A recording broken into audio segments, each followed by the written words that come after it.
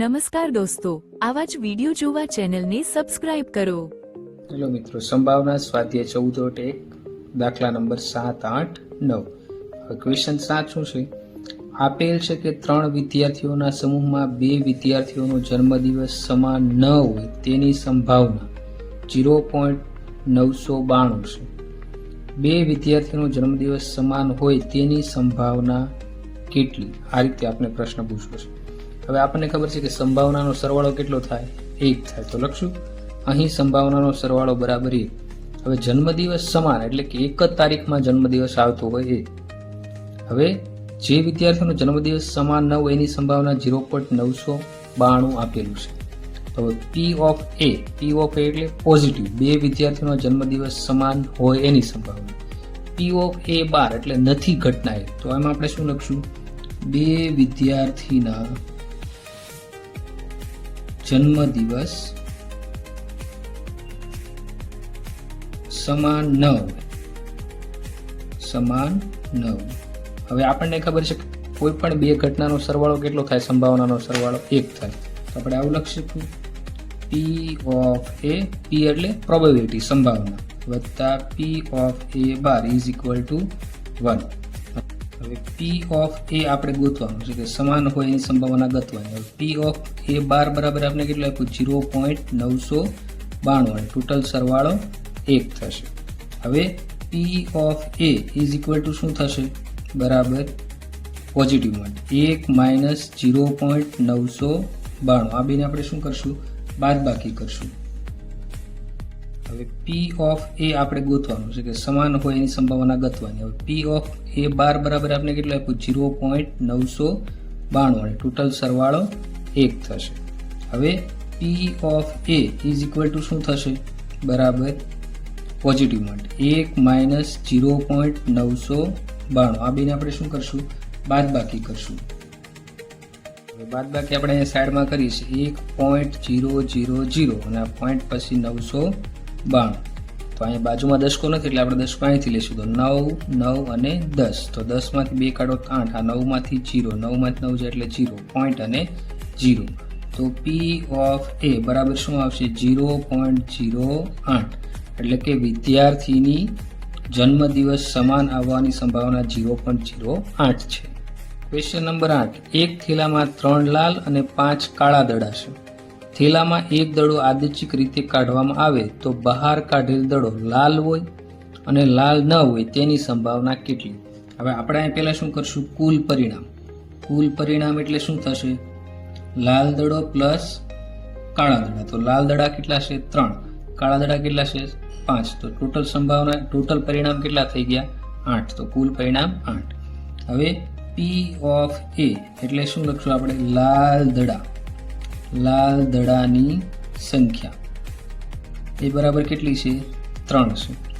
હવે સંભાવના કોની? P ઓફ A ની ઇઝ ઇક્વલ ટુ ઘટના A ના પરિણામ છેદમાં શું આવશે? કુલ પરિણામ.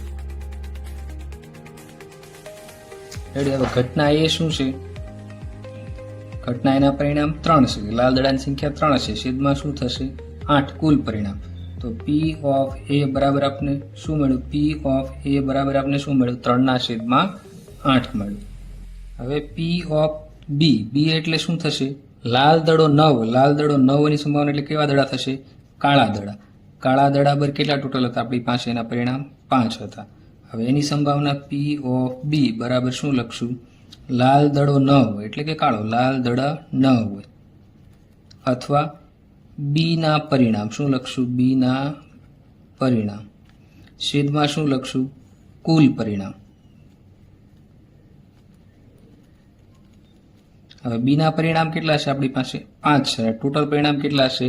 8. તો P ઓફ B લાલ દડો ન હોવાની સંભાવના કેટલી છે? 5 ના છેદમાં 8 છે. દાખલા નંબર 9. એક પેટીમાં 5 લાલ લખોટીઓ, 8 સફેદ લખોટીઓ અને 4 લીલી લખોટીઓ છે. પેટીમાંથી એક લખોટી આદર્શિક રીતે બહાર કાઢવામાં આવે છે. બહાર કાઢેલ લખોટી પેલું લાલ હોય, સફેદ હોય અને લીલી ન હોય તેની સંભાવના કેટલી? હવે પહેલા આપણે શું કરશું આમાં કુલ પરિણામ બરાબર હવે લાલ રંગની લખોટી કેટલી છે 5 વત્તા સફેદ કલરની 8 લખોટી પછી 4 લીલી લખોટી તો ટોટલ પરિણામ આપણે કેટલા મળ્યા 17 તો કુલ પરિણામ આપણું કેટલું થયું 17 હવે પેલું કયું કીધું છે લાલ હોય તો લાલ માટેની સંભાવના હવે ઘટના એ લખશું ઘટના એ બરાબર લાલ લખોટી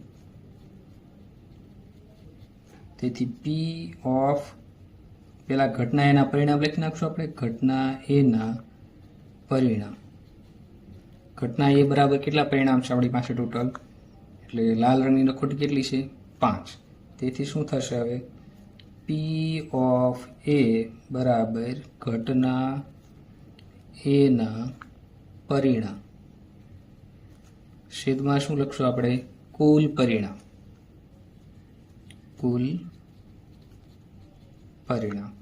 હવે પી of A is equal to ઘટના એના પરિણામ 5 છેદમાં કુલ પરિણામ 17 તો આ લાલ રંગની લખોટી માટેની આપણે સંભાવના મળી ગઈ હવે પી ઓફ એટલે બીજી લખોટી માટે બીજું કયું આપણે કીધું છે સફેદ માટે સફેદ લખોટી ની સંભાવના હવે એને આપણે ઘટના બી કહી દઈએ તો ઘટના બી બરાબર સફેદ લખોટી હોવી હવે બી બરાબર આપણે કહી દીધું હવે ઘટના બી ના પરિણામ આપણે લખશું તો ઘટના બી ના પરિણામ તો સફેદ કલરની લખોટી કેટલી હતી 8 તેથી આપણે 8 લખશું હવે પી ઓફ બી બરાબર ઘટના બી ના પરિણામ છેદમાં કુલ પરિણામ હવે ઘટના બી ના પરિણામ કેટલા હતા આપણી પાસે એટલે કે સફેદ કલરની લખોટી કેટલી હતી 8 છેદમાં ટોટલ લખોટી આપણને ખબર જ છે 17 છે તો પી ઓફ બી બરાબર શું થયું 8 ના છેદમાં 17 ત્યાર પછી શું કીધું છે ત્રીજું લીલી ન હોય તેની સંભાવના હવે લીલી ના હોય એટલે એ ક્યાં હશે ક્યાં સફેદ હશે અથવા કેવી હશે લાલ કલરની હવે એને આપણે પી ઓફ સી કહી દઈએ ઘટના પી ઓફ સી અથવા ઘટના સી કરી દઈએ તો હાલે ઘટના સી હવે ઘટના સી બરાબર આપણે શું લખશું લીલી ન હોય તેવી હવે ઘટના સી ના પરિણામ હવે લીલી ન હોય એટલે કેવી હોય લાલ અને સફેદ તો લાલ કેટલા છે 5 અને સફેદ કેટલા છે 8 તો કેટલા થશે ટોટલ 13 હવે પી ઓફ સી બરાબર ઘટના સી ના પરિણામ છેદમાં શું થશે કુલ પરિણામ તો પી ઓફ સી બરાબર શું થશે 13 કેમ કે કુલ પરિણામ આપણે ઘટના સી ના પરિણામ 13 મળ્યા હતા અને કુલ પરિણામ કેટલા હતા 17 તો આ રીતે શું કર્યું આપણે ત્રણેયની સંભાવના મેળવી લીધી